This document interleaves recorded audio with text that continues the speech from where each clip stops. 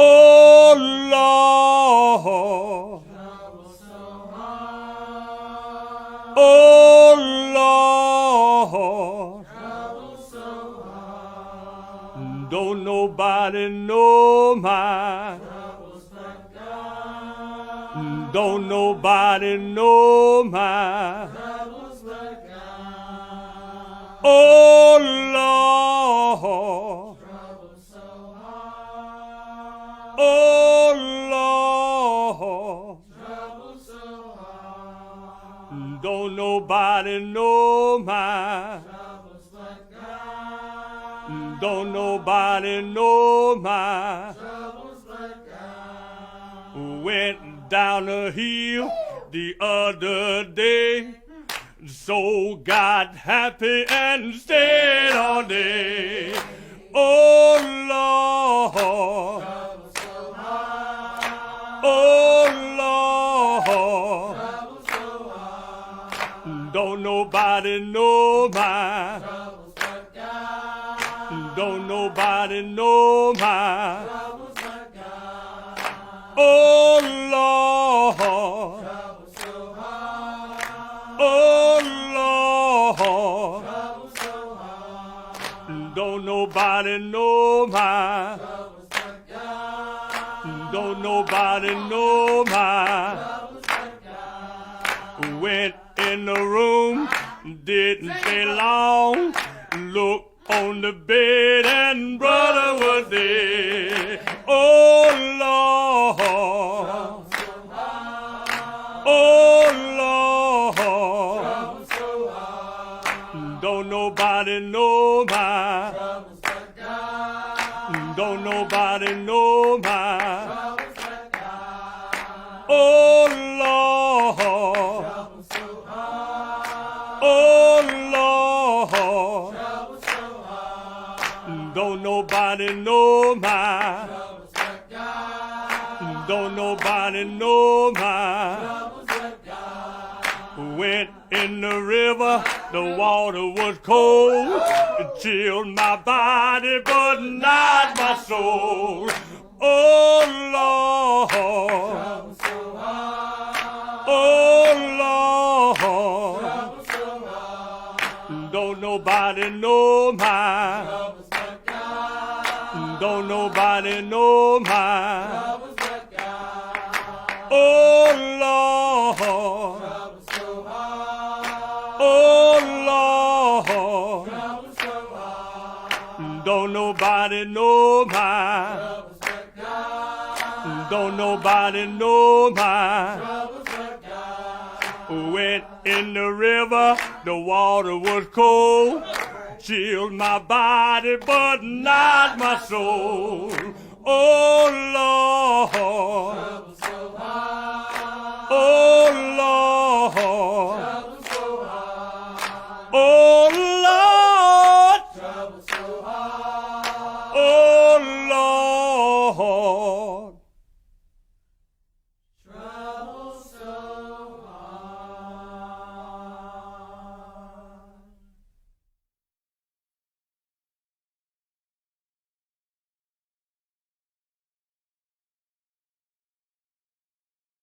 Good afternoon, and welcome to Colonial Williamsburg. Today, we're going to be giving a live stream on the development of research and character interpretation for female African American characters. I'm Rose McAphee. And I'm Emily James. And we're really excited to share our knowledge and experience with you. Both of us have been with the foundation for quite a while, learned a lot, and it's really wonderful to be able to give back to our foundation and to you, our guests. And we're so glad that you've joined us today. Emily, can you talk about a little bit about how research informs your character, and what are some of the resources that you use in developing Edith Cumbo? Well, Edith Cumbo, I have a good biography, and it's, as a matter of fact, it's in under the James City County military records. Her father, Richard Cumbo, served with Colonel Washington. Then her brother, Solomon Cumbo, and was a courtier along with Samuel Cumbo, her brother, Peter Cumbo, Thomas Cumbo, Stephen Cumbo, and they're all listed in the James City County military pension records. Edith had a son. She was never married. She had a son, Daniel Cumbo, and his private Daniel Cumbo, number 53, Valley Forge, in the year of our Lord, My goodness. 1777. Didn't they also get some land when they were given land grants after the war, the Cumbo family? Exactly, and we believe that the acreage of land Edith had was probably from her father, because we know that Edith had 53 acres of land and 2 horses, and she took a white man to court, Adam White, and sued for assault, battery, and trespassing. My goodness. And the court ruled in her favor. Yes. And she was awarded 1 shilling, which would have been 12 pence, which is a good amount of money. Yes, yes. And so I just feel that it's like Commander-in-Chief George Washington and the Allied forces, this is a family that he would have known firsthand. They were like Gold Star families. Right. So now also, what were some of the books that you read in developing your characters in general that informed your development? Well, when I just came here, hired, the ABC of Colonial Williamsburg was the Negro in 18th century Williamsburg, written by Professor Thad Tate, who was a professor at the College of William and Mary.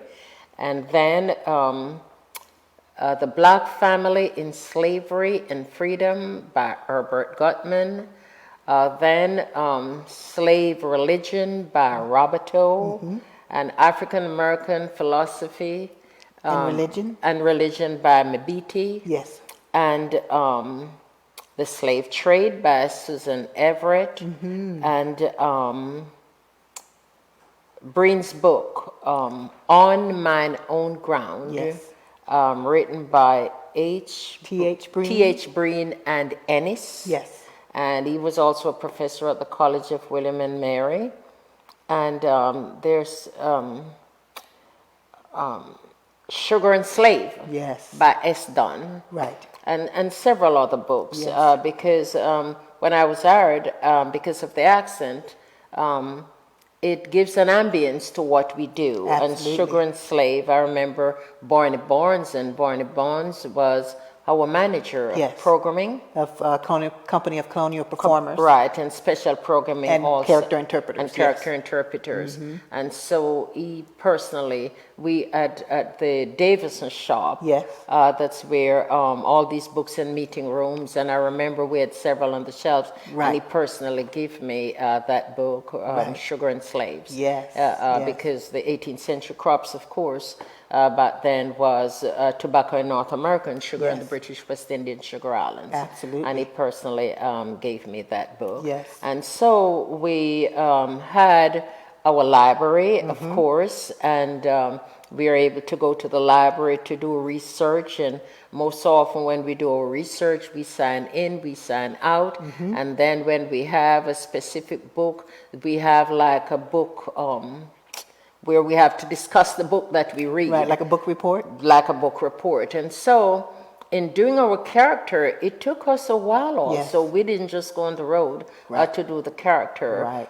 And we all agreed that it took 5 years Yeah. for us to actually be that person. Yes, right. You know, that person but- of the past in That a more complete sense, where you know about their background, you know about their family, The but neighbors. also you know about what's happening in the city. You know who the mayor is, Exactly. who the rector of Bruton Parish Church Exactly. is, what's happening in the colonies, and so all of that you had to know in order Exactly. to inform your character. I remember when I first came on board, I also read Thad Tate's The Negro in 18th Century Williamsburg. But another book that I read that was very informative for me was Incidents in the Life of a Slave Girl by Harriet Jacobs. It was 19th century, but it's still, because people didn't just jump up in the 19th century and start doing things, but it was still very informative in reading about her life as an enslaved woman, all the things that she went through. I remember going to Ohio. My former husband was from Ohio, and we were going one summer, the summer after I first got here on vacation, and I was reading that book on the way over, because it's not just a 9 to 5. You read all the time, even when you're on vacation and when you're home on Sundays and Saturdays. And you take it home with you. But I remember reading that book, and we were going through the mountains, and I just thought about, the perseverance and the dedication, the dignity, even as an enslaved woman, that she carried herself with, moving forward and still, doing the best she could for her family. Remember, she had to stay, I believe it was in the attic for a long time. She couldn't, either before or below, above or below the buildings. And she had to look out and see her children, but she couldn't interact with them because was afraid that they might slip up and tell the master. But I really, really, that was one that informed me as well. Another one that was American Slavery, American Freedom by Edmund Morgan. That really started, back with Bacon's Rebellion and went all the way up through, and probably I think the War of 1812, and talking about how slavery and freedom defined one another and influenced one another, not just in the North American colonies, but also back through Roman times. How slavery was the absence of freedom, and freedom was being not being enslaved. So they went to kind of inform one another. Of course, another book that I read recently was Wyone's book, The Art and Soul of Interpretation, where she interviewed all of us, African-American character interpreters, James Ingram, Hope Smith Wright, and a number of us, and even Greg, James, your former husband, and we talked about some of these very same things. How did we develop our characters? What does it feel like to portray a character? Martha Katz Hyman, who was in material culture, she also wrote a book, The World of Slaves, an encyclopedia actually, she and Kim Rice, another excellent source. And then one of recent books about the revolution was The Unknown Revolution by Gary Nash. And that one really was so fascinating because it talked about how lesser known people, we always read about the George Washingtons, the Patrick Henrys, the Hamiltons and all that kind of stuff, but we don't really learn as much about how the everyday people contributed to the revolution. And one particular incident in that particular book was that, I believe it was one of the northern colonies, either Pennsylvania or Massachusetts, but one of the merchants was price gouging, which, unfortunately sometimes happens because, of course, once we broke from England, that was our main line of importing goods. And so this particular merchant was raising the prices till the people couldn't really afford them. And so the women in the town and the older men who couldn't go to war, they broke into the store, took the items, distributed them equally, and then collected a fair market price for them and left the money. So they didn't just break in and burn it down or tear stuff up. They delivered, they distributed it, and then they paid him a fair price. And I thought that was really, really interesting. That book talks about Native Americans, it talks about African Americans, talks about women, talks about the older gentlemen, because the women, of course, had to step up and they had to take care of their husbands' businesses and of their farms and their plantations when the men were off at war. So that's a very, very fascinating book. And we talk about books also, but I think when we started with the Company of Colonial Performers here at Colonial Williamsburg, I just feel as if though we get such great advantage over others. Because not only did Mayor Wiseman put life into these characters, we were able to connect the community. We know who our neighbors were. Exactly. It's like you're at the Powell house and you're Rose, Yes. but your husband was Samuel. Right. And when I say husband, I say that loosely because you were correct. portraying a slave. Yes. And the marriage is not legal. To you and the community, that's Right. your husband. Right. And so you can connect with Samuel, and you know who Samuel Master, Mr. Lennox. Right. Community connections, as the Ann Willis community used to say. connection. And so we were linking, and we were becoming Americans Yes. before everybody, most Yes. everybody Yes. with the start. And most people believe that character interpretation didn't tell all the story. Yes, Right. it did. Absolutely. Yes, it did. Because Absolutely. we have the orientation center at the Benjamin Powell House. Right. And so when the guests come, they are prepared Right. for the experience. Right. And And I also remember Rex Ellis, who was one of the individuals who first started the African American presence in character interpretation. Yes. He and Dylan Pritchett. Rex, of course, was our director then and went on to become the first African American vice president Right. at Colonial Williamsburg. But he instilled in us, that dedication. Remember, we had to learn our scripts when we were doing Williamsburg in black and white, the play. Exactly. He wrote The Runaway.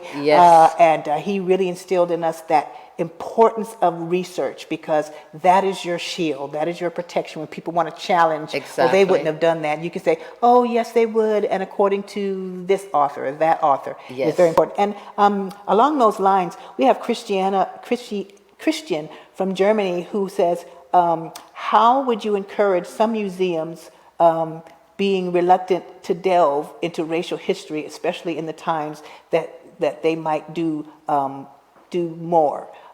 Again, how can we encourage some museums that are reluctant to delve into racial histories in these times that we see going on today? Well, we just have to let them know, it's important to know where you're coming from, to know Yes. where you're going. Absolutely. And also you cannot have one without the other. You cannot Right. have American history without Native American history, Yes. without African history. Yes. Because bringing all these diverse cultures Yes. and ways, this is what becoming an American really means. Absolutely. And so Absolutely. it's important to Right. know where you're coming from and where Right. you're going. Right. And also to listen to one another Yes. and to be a Absolutely. part of the solution. Right. Because Very good. remember, majority was just the 2%, Yes. 8 to 10%. Absolutely. You have the people in the middle sort, which today now referred to as middle class, Yes. and the majority were poor. Right. That's right. And so without these native Indians, Mm-hmm. without these indented servants, Yes. without these blacks, we all build America. Absolutely. This is And how you know, America and I was. also think was- that I'm sorry, and I also think that people, as you see more people of different classes and races coming together for a common good, that happened in the 18th century as well. Exactly. It wasn't, slaves over here and masters over there, or women over here and men over there. I say it wasn't like train tracks. It was like spaghetti. Everybody was always interacting with everybody. Even though people were enslaved, they still were interacting with their masters on a more personal level, and so forth. And so I think that's important for people to understand that Exactly. there's always been interaction and people learning from each other and helping one another, Right. as you said, to grow and to Right, survive, this, really. This is how the cultures. This is how we all blend together. Right. It's like pepper pot. It's like gumbo. It's like a little bit of this, a Yes. little bit of this. Yes. A little bit of this, little bit of that. This Right. is how we all come together. Right. It's like all these buildings behind these powerful buildings. The kitchen, the laundry, Right, the right, stable. right. Earlier on, remember, it's called outbuildings. Right. Later on, it's renamed dependencies. Yes. Because the main house depended on the individuals Absolutely. that lived and worked in these spaces. And those so- spaces, and where that's your kitchen. Exactly. That's your laundry. That's your right, stable. Right. That's your courtyard. And so they're interdependent Right. on one another and could not get Absolutely. along without one another. And when, Absolutely. if we go back again, even when the colonists came. Yes. You know, they planted the cross, Yes. a representation of the King's Church. Yes. They gave Thanksgiving Yes. at Berkeley Yes. Plantation. And that's why oftentimes, no disrespect, but I say men don't think, men only react. Because they come to settle and establish a society, they didn't have one woman board ship. They had to go back to have a boatload of marriageable maidens. Yes. But these marriageable maidens came for the colonies. Right. So when all Right. these indentured servants come from all walks of life, we work, we serve, they serve the very few. You work side by side, Yes. you form relationship, and from those Right. relationship comes Children. Yeah, absolutely. I want to take a minute to thank some folks for joining us. We've got folks from all over, from Pennsylvania, Tennessee. We have some folks from Canada. We have some folks from Germany.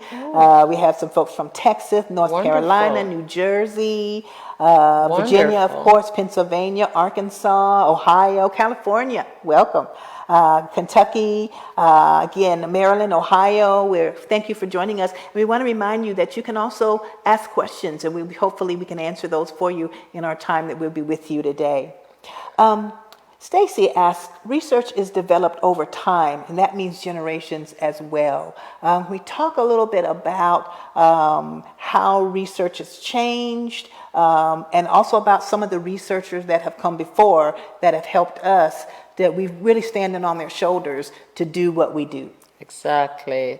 You know, those are the stalwarts. Without them, Yes, that's we've right. already mentioned some: Rex Carrie- Ellis, Diamond Rex Ellis, Pritchett, Dr. Mary Carrie Wiseman, Barney Carson, Barnes. Barney Barnes. You said Dr. Carrie Carson. Yes, Barney Barnes. Dr. Bill White. Yes. Because he was Our first director, first director here. Historic and- Area Programs and Operations. Exactly. HAPO. Exactly.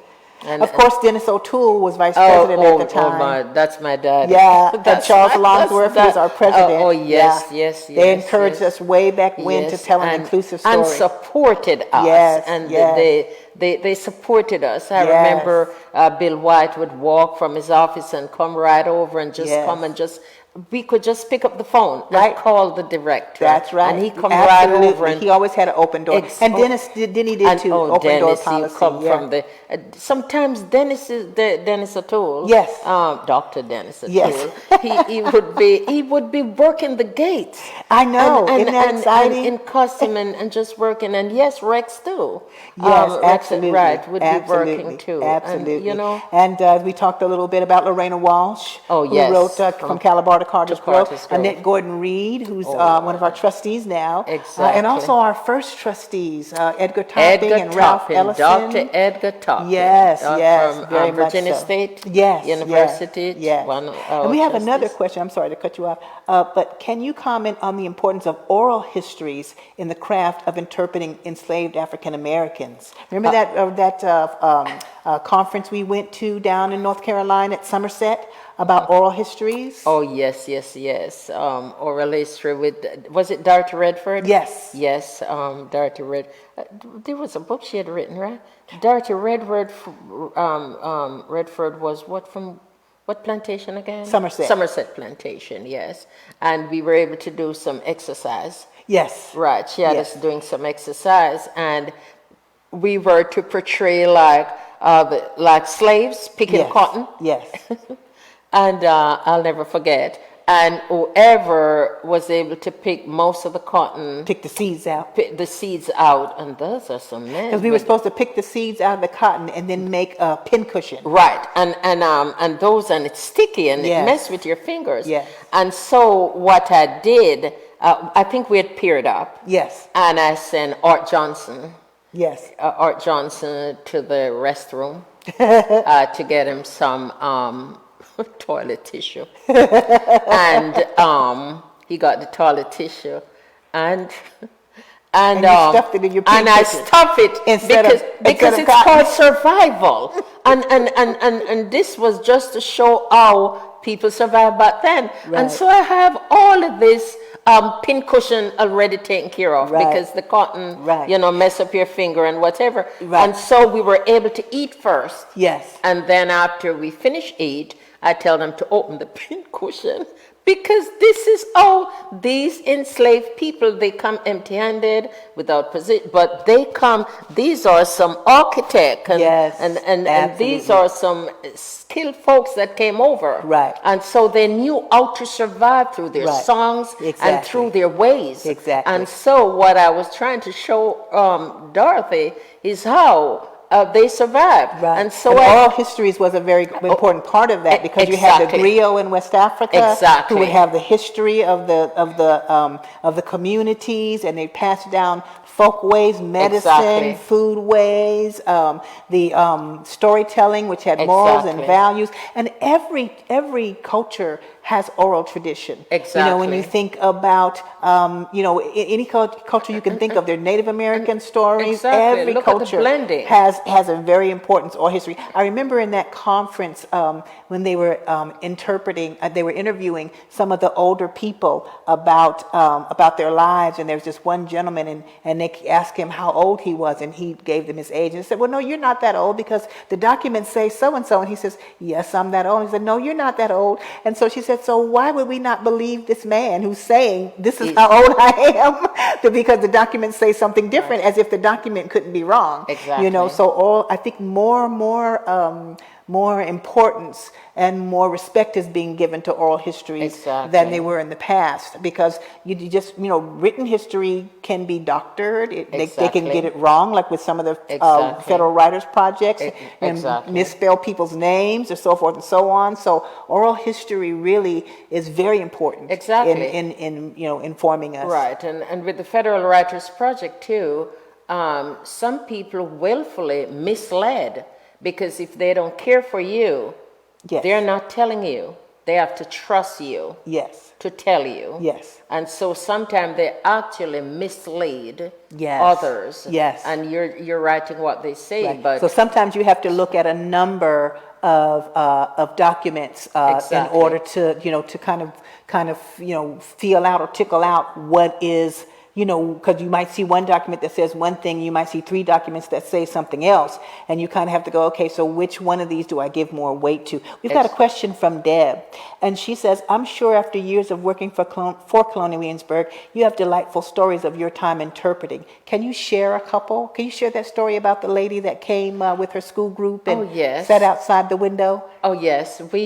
were at the Benjamin Powell House, because Yes. that's where we started. Yes. In character interpretation. And so we had a school group, and she was a black woman, and she just believed we shouldn't be talking about it. Yes. This is something we need to forget and don't talk about. And then the way she looked at me, it's no one has ever looked at me like that, and I remember saying to you, Rose, I have to break character. I need to go speak to this lady. Yes. And so I went outdoors, and she was sitting on the bench, and she was smoking. And I asked her if I could sit beside her, and she said yes. And she put her cigarette out, and asked her if I could touch her. And she, yes, okay. And so I held her hands, and I asked her, I look at her, and I ask her, why was she ashamed of me? And she said, I'm not. And I said, look at me, you're ashamed of me. And then that's when she told me that we shouldn't be talking about slavery, and it's been a long time. And quite naturally, she brought children here. Right. And so I tell her, I look at her, held her hands, and I say to her, if we don't tell the story, who will? Absolutely. And so after we talk about, some of the legacies that these people left behind, and I tell her about in 1729, Paw that found the cure for the rattlesnake sting and other malady under Lieutenant Governor Gooch that gave him his freedom at that Capitol building over there. And I talk about some of these legacy and contributions. She left, and it was the following, I think, summer. Yes. And she brought a bus with adults, but it was like a school bus. Right. And I think they were from her church. Right. She parked at the Christiana Campbell's Christiana tavern. Campbell's parking lot. Yes. Over that's right. Yes. And she came to the house and she inquired for me, and I was there. And she took me to the bus. And she told me that based upon the conversation we had, that's why she brought these 30 people here. Yes. You It's know, always so- wonderful when you can, touch a person in that way. And I'm sure a number of Exactly. our interpreters, both character interpreters, actor interpreters, and frontline interpreters, have people that come back to visit them over and over again because they, something they said that was relevant to them, something they said that touched, Exactly. something that they never forgot. We have a question from Melody. She says, I work with a number of cultural attractions clients in Jamaica. In the colonial period, is there specific evidence of cultural exchange between the colonies and the Caribbean islands? There are, because we had this man, I think his name is Mr. Evans. Yes. And at that time, it was like an exchange. Yes. When we had Dr. Ed Chappell, who passes on not too long ago. Yes. And so Mr. Evans would come. I think he was in archaeology, and he's from Along with he's Ed. from the People's Museum in Spanish Town, Right. Which was the capital. And there was this Wyone. Yes. She came Wyone from Edwards, who was an archaeologist here. Right, Yes. and she came from Port Royal. Yes.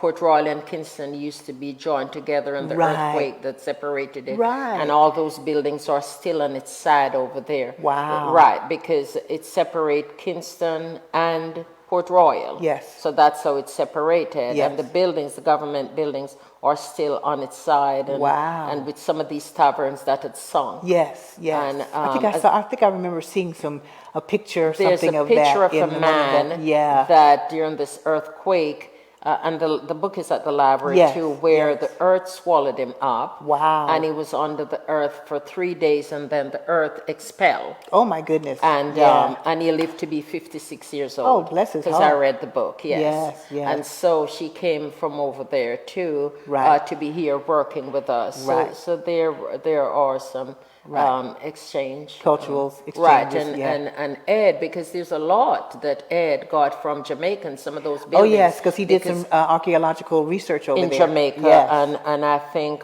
Negril, Yes. like you're going into Montego Bay. Right. And so he would talk about it as it regards to the servant hall. Right. At the Peyton Randolph house. Right, exactly. So yes. Exactly. Yeah. Our final question, does history change? I would say it evolves. Yes. And as there's a saying that the more things change is the more it remains the same. Right. And I like to say that when I think about Bacon's Rebellion Yes. in 1676, when landless white males, indentured servants, Negroes and Indians rose up against Governor Berkeley, which is the majority, 1676. Yes. Then 100 years later, Yes. Lord Dunmore, the royal governor of Virginia, Yes. issued this proclamation when it's imminent the colony will split away from Great Britain, and he wanted to use the oppressed people. Right. And so I do hereby Dunmore's proclamation, I Yeah. do hereby declare all indentured servants, Negroes, Indians, etc., were the vagabonds and convicts. If you leave Yes. the rebel master Right. that don't support me, That's right. and join the King's Standard, Right. which is the British Army and Navy, the strongest in the world, Yes. I'll give you freedom, which later on they went into the Pittsburgh Proclamation, Right, right. giving you land and protection and such. Exactly. Phillipsburg. Right, Phillipsburg Proclamation. And so it's as if though Bacon's Rebellion 100 years later, and how you just evolve. Yes. So I would say we evolve, Yes. because the more things change, the more it remains the same. Right. And that's how the future, as our motto here, Right. so the future can learn from the past. Quickly, can you also talk a little bit about our donors and how important they are, and our guests as well? Well, the donors and guests, as I tell Mr. Campbell, President Campbell, wonderful. Our former president of Colonial Former Williamsburg. president, and they're all wonderful people, Yes. and have an open door policy to Yes, me. yes. And so I remember telling him that without these donors, without the guests, there is no us. Right. And he thought about it. I say, yes, without these guests and their contribution and the donors' contribution, Yes. there couldn't be no us. That's true. And he did say, you know what?